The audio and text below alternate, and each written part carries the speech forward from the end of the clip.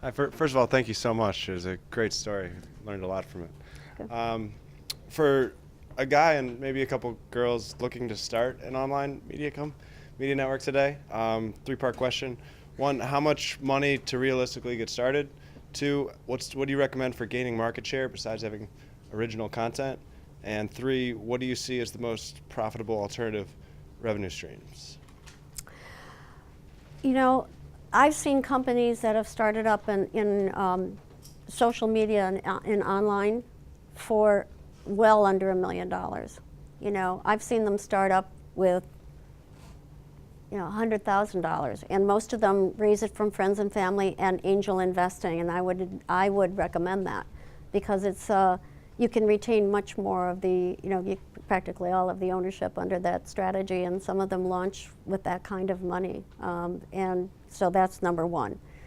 What is the best way to enter into the marketplace and gain traction in the marketplace?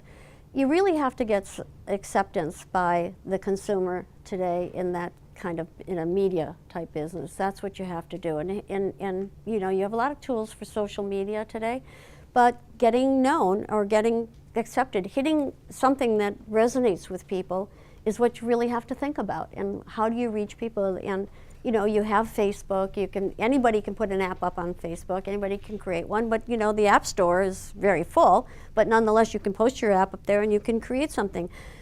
Circle of Moms, just to give you an example, I think they have like 9 or 10 million moms on Facebook, and they just started with kind of blogs, very little capital, and it's just caught on. And so there are many, many of those things out there, and that's really, I think you have to think about how do you resonate in social media today to really get some traction quickly without having to spend a lot of money. The other way is to get partnerships, to get the right kind of partnerships. That is somebody who can actually promote your product. So, is that a sponsor, an advertising agency? Is that a media company? Is that a publisher? Is that a sports franchise? There are companies that have started up for very little money that do create blog sites for athletes, and build businesses that way. And then they start doing other kind of sponsorship marketing and so forth. Today, people want free. People think everything is free. And of course it isn't. If you're in business, it can't be free. It's not free forever anyway. You take Facebook, the whole thing, I'm sure you all know the Facebook story.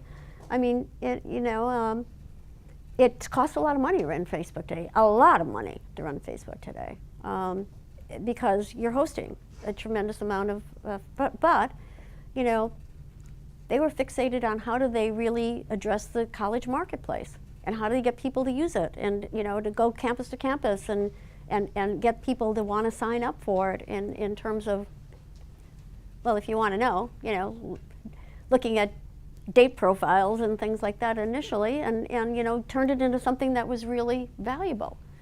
So that's the kind of thing you have to think about. But if you can associate with a media company that already has something, and I think that's one way of really marketing yourself and helping to get yourself out there. Sponsorship is another. And so revenue streams, most of the models I see today are sort of freemium. Get something out there free and then upsell. Whether that's micropayments or, you can look at the gaming industry, that sort of thing. But people got to get a taste. They got to get a taste of something, and if they like it, you upsell them. And I think that's the most likely way to go. Thank you very much. You fully answered my question.